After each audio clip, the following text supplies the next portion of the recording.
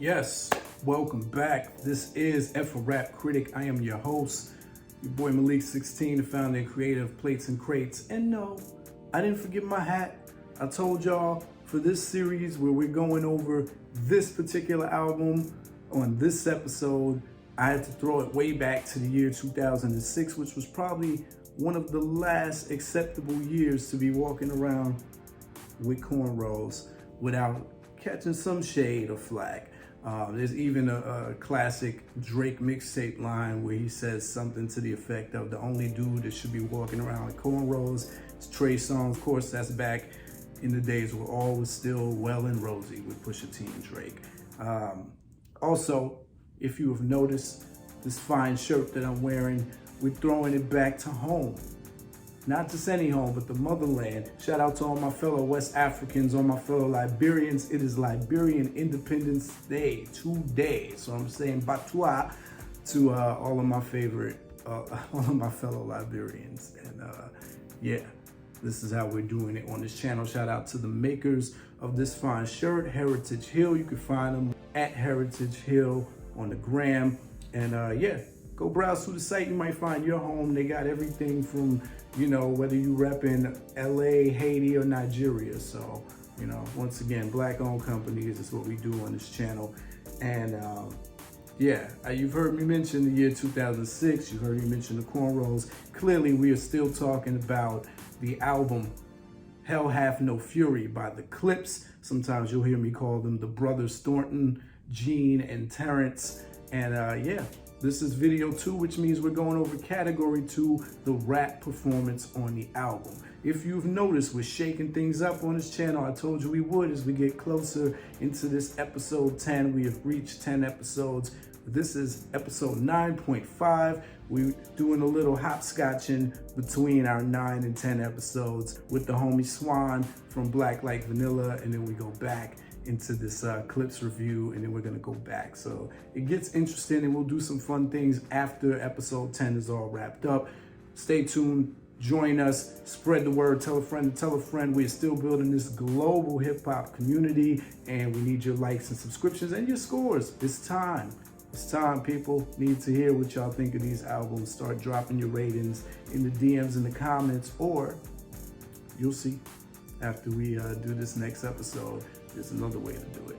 All right, with no further ado, let's jump into it. Category 2, the first dimension we will be talking about is dimension 1, personality and charisma. How much personality and charisma did Malice and Pusha T, or the artist formerly known as Malice, exhibit on this album? And this is where it gets interesting, because you can argue that there is a lot of personality shown by the brothers here, and you can also argue that they're pretty flat and don't show a lot of personality, especially among the two of them. You know, unless you are a super fan, I think the average listener will have a hard time distinguishing when which brother is rhyming. They have probably the closest voices that I've ever heard of non-twin siblings. Really kind of hard to distinguish and separate sometimes, unless you're really, really into the slight differences that make them individuals. You know, Malice doesn't lead any of the songs. Sometimes that makes it easy until the final song, Nightmares.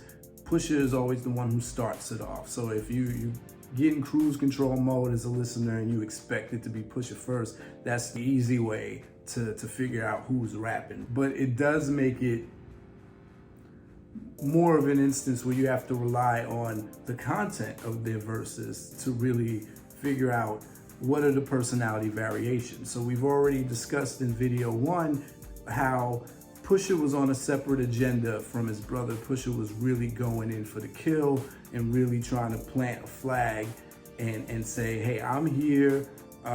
You can take on the brothers, or I'll take the first step. You can take shots at me first. I'll take the brunt of the assault, and also be the main one going on offense too. I'm taking the shots and I'm sending the shots. I'm out for the crown, I'm out for blood, whatever. Whereas Malice is giving you more of the remorse, the regret, the deeper inward what we call in the clinical world, or anybody who's ever been in the 12-step world, a sweeping moral inventory. Those are the biggest personality markers on this album, because again, as a combined force, they are talking about the same things. It's just that you're gonna get these tail end, or you're gonna get these accents of being on different accords.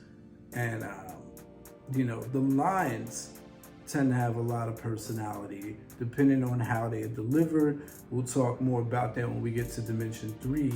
And you have your guest features on here who we've also mentioned. They have their own personalities, but they're about on the same level as the brothers. So something to consider on a scale from 1 to 5 heartbeats. That takes us to the second dimension, which is believability versus the suspension of disbelief. Probably one of the most important categories to consider when you're talking about a Clipse project, because they are so steeped and immersed in the narrative of being not the average rapper, not even being interested in rap as a forefront activity, and really being about that hustle, coke, street life as drug dealers. And so that's always been primary and in their music. And it begs the question, why spend so much time talking about this if this is not true? As much as I've never heard street stories about them, I've also never heard anyone discredit their story. So that just goes to show you that you don't have to be the most bragged about or talked about kingpin on the scene to have had what you could consider a successful drug career, where you didn't do major time or suffer major visible losses, right? You hear the brothers reflect a lot in their music on what the stakes of the game and what it costs. They don't tend to focus on that as much as the spoils of it, but from Malice's kind of regret and remorse filled lyrics, you get the idea that they've been through some stuff in their street life. And if you've ever watched the documentary about No Malice, or the artist formerly known as Malice, turning away from that kind of content in general and leaving the group, a lot of it has to do with what he felt was the walls closing in that life catching up to them. So while they don't get really deep into any of that part of it, you can tell that there's a lot of it, right?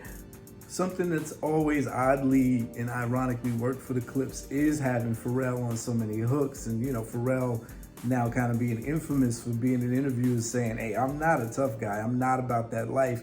Being the same person on your hooks going, we pull up on you going rat, tat, cat, cat, cat, cat. It's like, but that's been the MO for all the Clipse albums. Pharrell say the most gangster stuff on one track, and then on the next track he's doing his best Curtis Mayfield impression, and it just works. But I wonder if y'all think that affects the believability factor of Clipse, because no one's ever seemed to question it.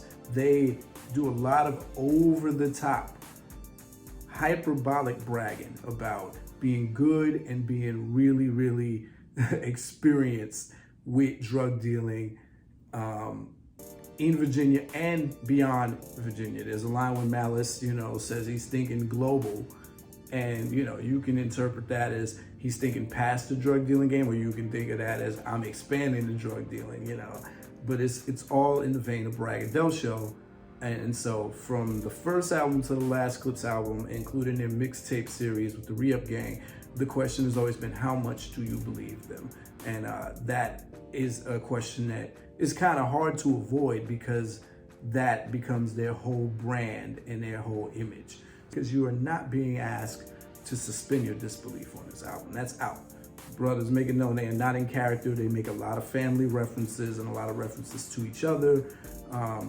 But there are parts on here where you really wonder, anyone who spends this much time talking about it, there has to be, reality to it.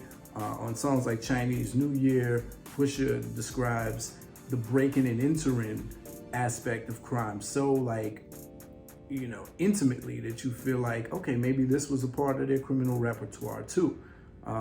They're murder lines, but so many rappers rap about murder that we kind of become desensitized and just be like, oh yeah, he's just talking about cat, you can get laid out. That says a lot about us, right? But again, something to consider on a scale from 1 to 5 heartbeats. How much do you believe the brothers Thornton in their drug escapade rap? All right. Takes us to dimension 3, delivery and use of voice. All right. Already mentioned how the brothers sound so much alike. It really is a testament to your fandom and your devotion as a listener to be able to tell them apart. Or you can use, like I said, the cruise control method, where you just expect Pusha to be the first verse and Malice to be the second one, or the ending verse, and then that's easy to figure it out, or by their content, right? But as far as vocal inflection and tone and cadence, they're so similar.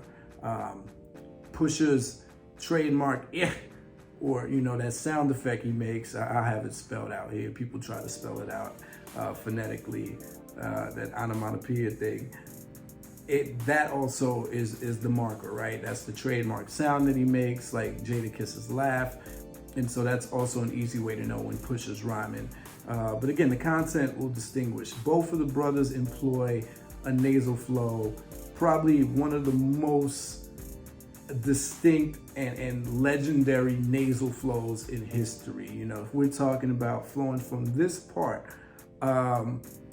they embody that. I can think of a ton of rappers who we've called, rappers from the nasal point, but I think the whiny inflection, which is only exacerbated by how much they exaggerate words and emphasize syllable sounds. So it's almost like they embraced it, because anyone who's ever heard past Clipse projects, like the album that got shelved, the exclusive audio footage album where they had the song The Funeral, which was my first time experiencing Clipse, where they used to run around and Pusha T called himself Terror. They projected a whole different way. There was a little bit more bass in their voice. There was a lot more pushing of the words. Well, at some point, either through growth or through suggestion, they went for a more laid back approach. But even in their laid back approach, they are stretching out words and syllable sounds through exaggeration. Malice in particular tends to drag words out. It's the whole be Sosa, not Tony. And, one thing that gets lost sometimes, they're hit or miss with their landing points. On the intro song that sets the album off, I feel like Malice misses a golden opportunity to rhyme right on a perfect timing line, where he spells re-up gang and tries to rhyme the G with the word, and it just falls 1/2 second short of rhyming right on the same ending bar. And I was like, that could have been a little cleaner, right? And there's a lot of that goes on throughout the album. Both of the brothers hit or miss with their landing points because they're so focused on emphasizing the words. You see this with a lot of rappers who may not have the strongest punchlines or the strongest flow. They tend to emphasize words in the spirit of, these are the parts I want you to care about. I want you to care about them as much as I care and see what I meant when I said it. And sometimes it falls short. Everything is about timing here. So yeah, the definition of a nasal intonation, both of the brothers sound super similar, so tricky to distinguish unless you were paying close attention. And then this emphasis on stretching syllables out, sometimes to the detriment of landing right in pocket. Something to consider on a scale from 1 to 5 heartbeats, the delivery and the use of voice. Okay, so from there we go to dimension 4, the flow. Yes. I should add that Pusha, because his lyrics are a little bit more aggressive, he tends to rap a little bit more aggressive. His words have a little bit more force behind them. The consonant sounds the same way. Their voices are very similar. Their flow patterns are similar. They both have chosen to do a much more narrative kind of style. And you can tell there's a huge, huge Biggie influence. I don't know if anyone has ever pointed this out, but you know, almost every line where Pusha refers to himself in third person, you can easily hear that being Papa, you know, because he goes Pusha, you know, and will speak about himself in third person, very similar to the way that Biggie rap. That I philosophize about Glocks and keys, that whole thing, that is a microcosm of what Pusha does all throughout the album. That line there captures how much of Biggie's flow Pusha and Malice, but mostly Pusha, incorporate into their style. The structure of lines and the changing of flows is very Biggie, but what they do is they adopt a style that I think Biggie used when he was at his most playful, when Biggie was just feeling like on top of the game, where he's like, nothing but my children. They use the flow that Biggie used on songs like Pray for My Downfall, where there's this staccato, breathe and pause kind of, you know, he was getting in his Alfred Hitchcock bag, because he would fashion himself as the Alfred Hitchcock of rap. A lot of his photo shoots played up on that imagery. So, you know, I dream filthy, my moms and pops mix me with Jamaican rum and whiskey. That Pray for My Downfall flow, which ironically Ab Lava references Pray for My Downfall on one of the songs he's featured on. We talked a little bit about, well, we talked pretty much in depth about the flows of the guest features on this album: Roscoe Pico, Chain, Sandman, Ab Lava, Pharrell. So if you missed that, catch video 1, we broke down their flows. But yeah, broken up flow, these real interesting sentence patterns, and so you hear that all throughout the album. If you had to trace their influence back to any rapper, you could clearly say it was Biggie, flow-wise.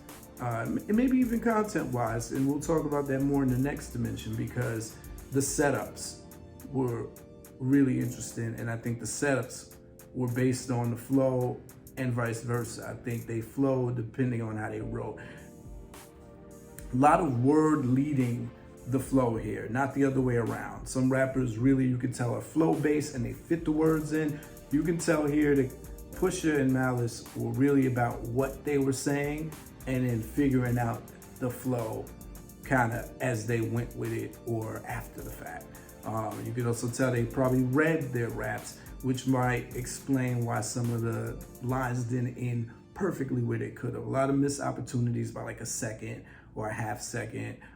You know, there'll be like an extra word when the hook is coming in, meaning that the verse wasn't fully finished, or there's an abrupt ending, you know, like at the end of Hello New World, you know, Pusha just ends the verse, the short verse at the end with the word rush, and it's not even at the end of that complete bar.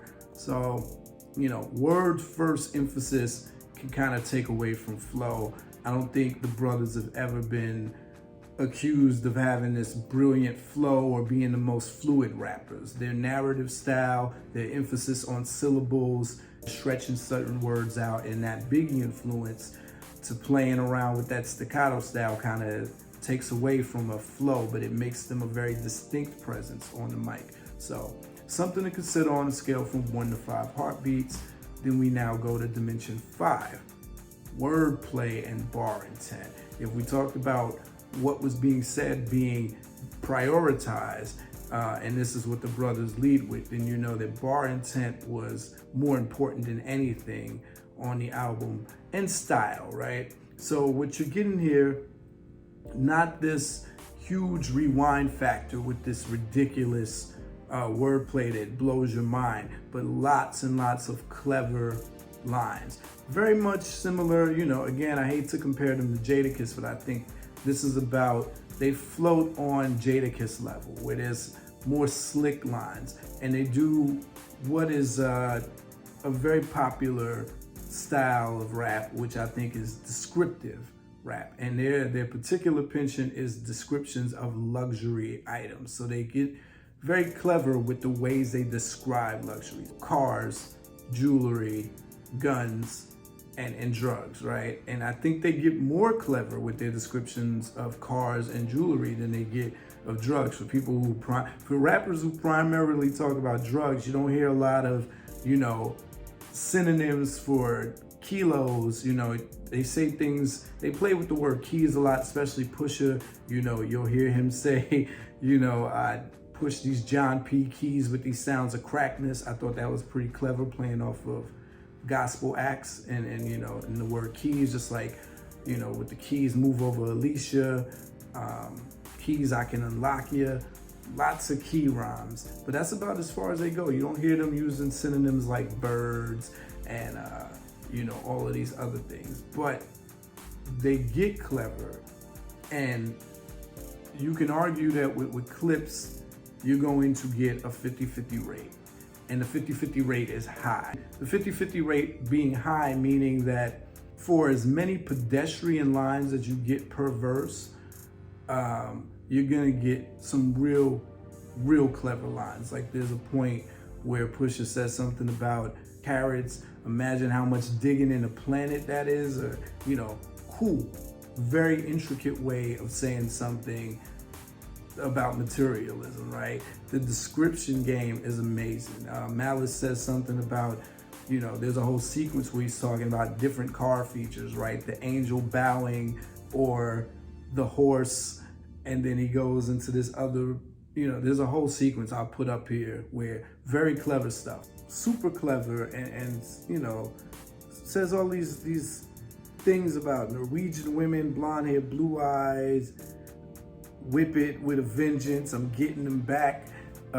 You know, it's like this clever play on words and all these references to interracial and enslaved and you know, reversing roles. And then a very inappropriate line where he'll say something like, you know, the Pyrex turns into a tightwad, and he'll say something about bluish. But what I mean by pedestrian is a few bars down there, even in that dope sequence, he uses the word bluish again. And then, you know, there's more lazy lines like that, like when Pusha does this sequence where he says bait twice, Planet of the Bait, but then rhymes it with Planet of the Apes after he had already said bait twice, and it just kind of seemed like, okay, you could have done more there.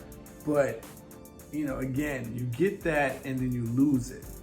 And so there's moments on the album where the brothers are just on fire. Like, I think Pusha in particular on Hello New World, his whole verse straight through, you know, pretty solid straight through, not a lot of dips and valleys there. And that's probably the highest percentage of effort in the bars where there's no cruise control. At the end of Wamp Wamp, you know, he comes in with some really clever lines and says something, you know, it ends with this line about, you know, JoJo dancers outside waiting for him. Anybody understands that reference? You know, Richard Pryor's autobiographical account of being an addict. So they have it. And I think it's probably one of the most frustrating things as a fan when, you know, rappers hit these really hot jackpot lines and then come to you with something really like phoned in right after. And it's like, man, make up your mind, which are you going to be? Whereas we have these rappers who deliver line after line after line to the point where it's like, man, did you just save these lines your whole career and just have them ready for verses?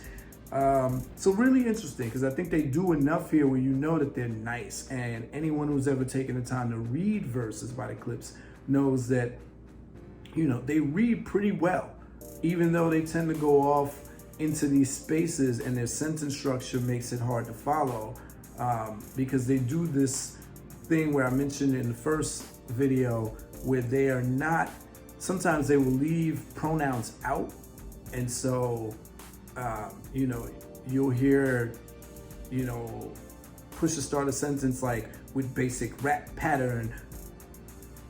How, you know, how could you, without saying you or, you know, filling in the sentence, another rapper would have easily said, your rap pattern is basic.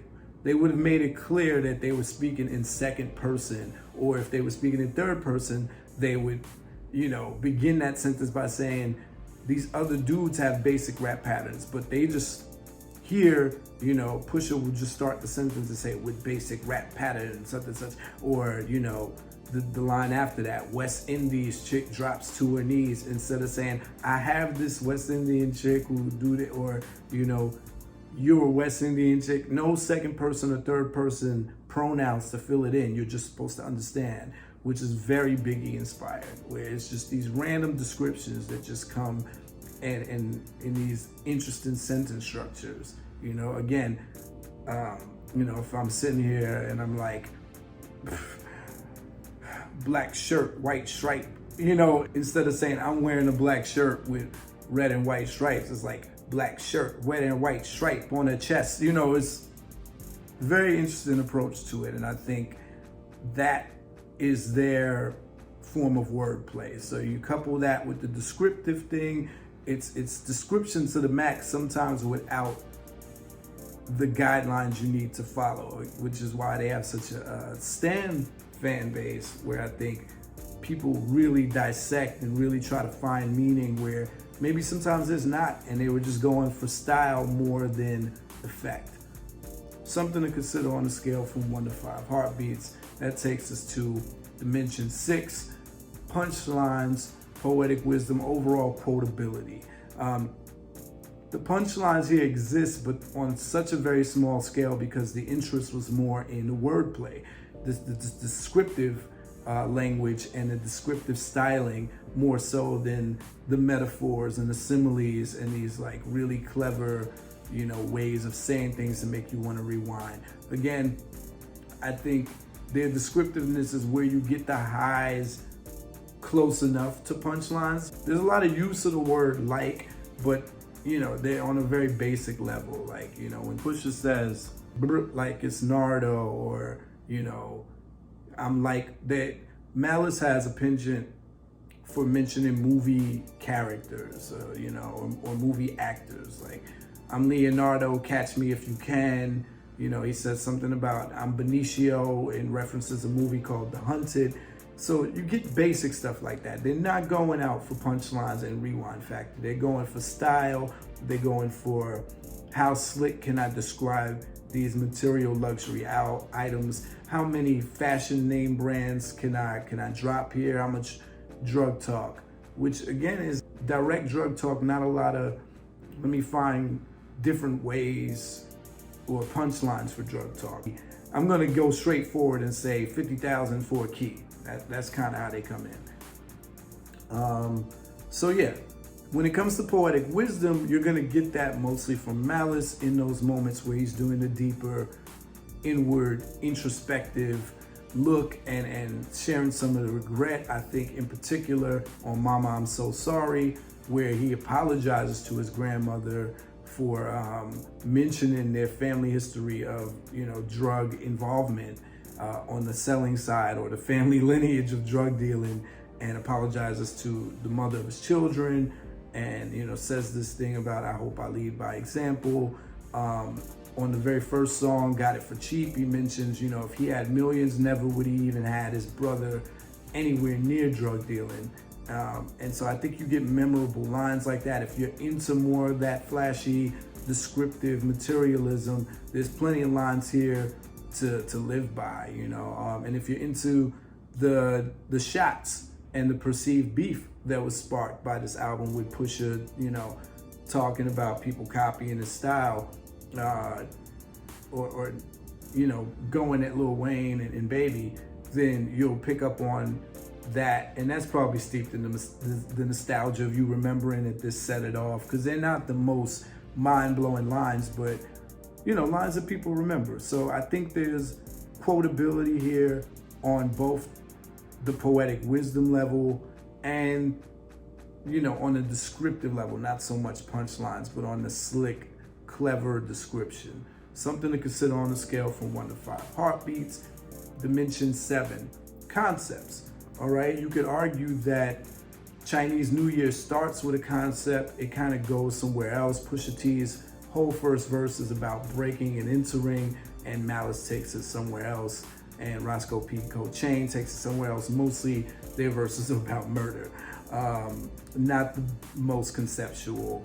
Dirty Money is probably, Dirty Money and Nightmares, probably the closest you get to concepts, but they're not taking you to any abstract territory or anything that's deeply conceptual where you have to really use critical thinking it's just topical, which is more in line with the next dimension we'll be talking about. So if any of you felt like there were conceptual elements here, please, feel free, something to rank and consider on a scale from 1 to 5 heartbeats.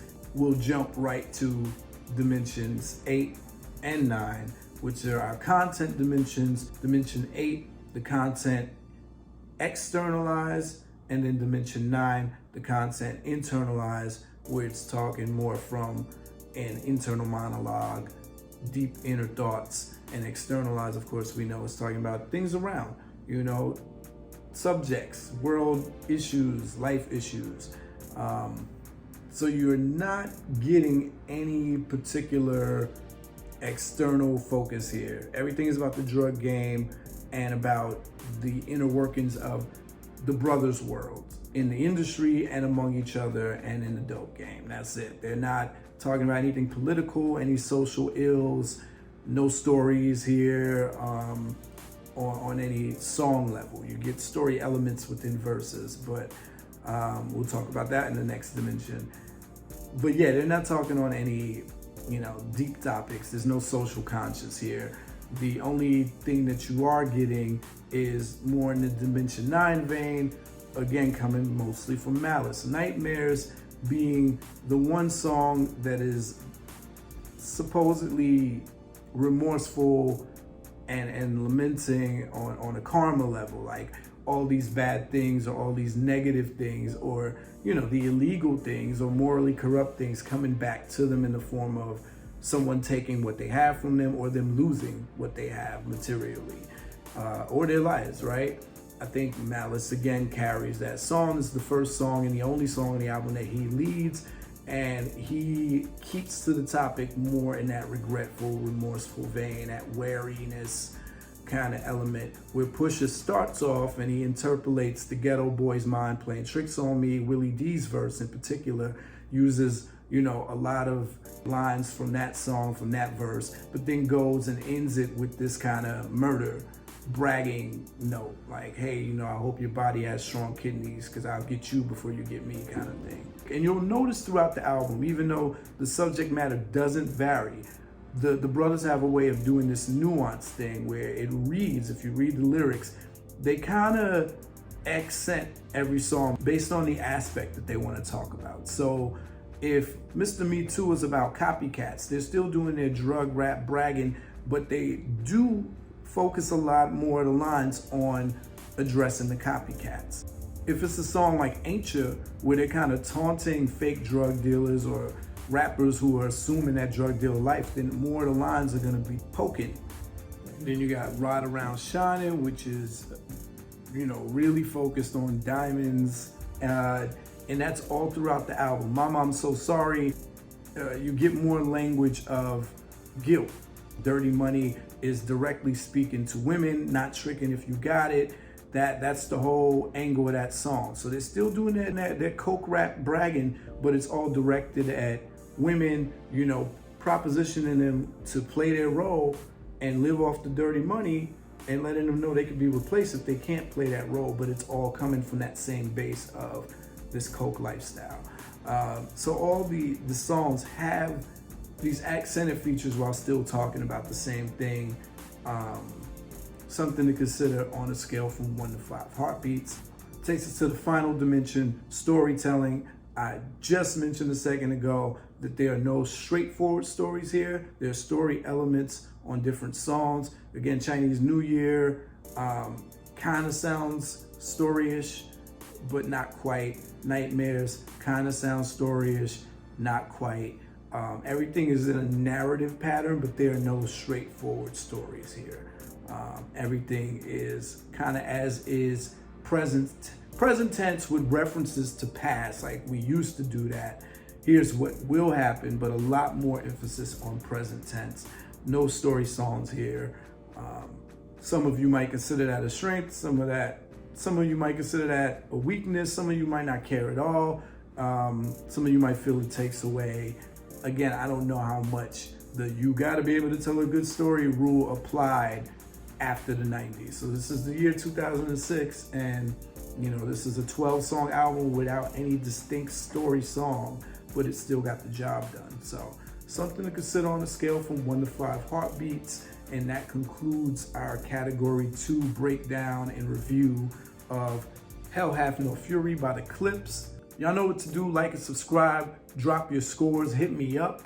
And yeah, we're about to take things to the next level after the next video. Tune in, stay tuned, tell a friend to tell a friend. We are still building this global hip hop. Never mind. Y'all know what it is. Until then, until the next episode, F a Rap Critic. They talk about it while I live it. Word to Meth. Shout out to Liberia once again.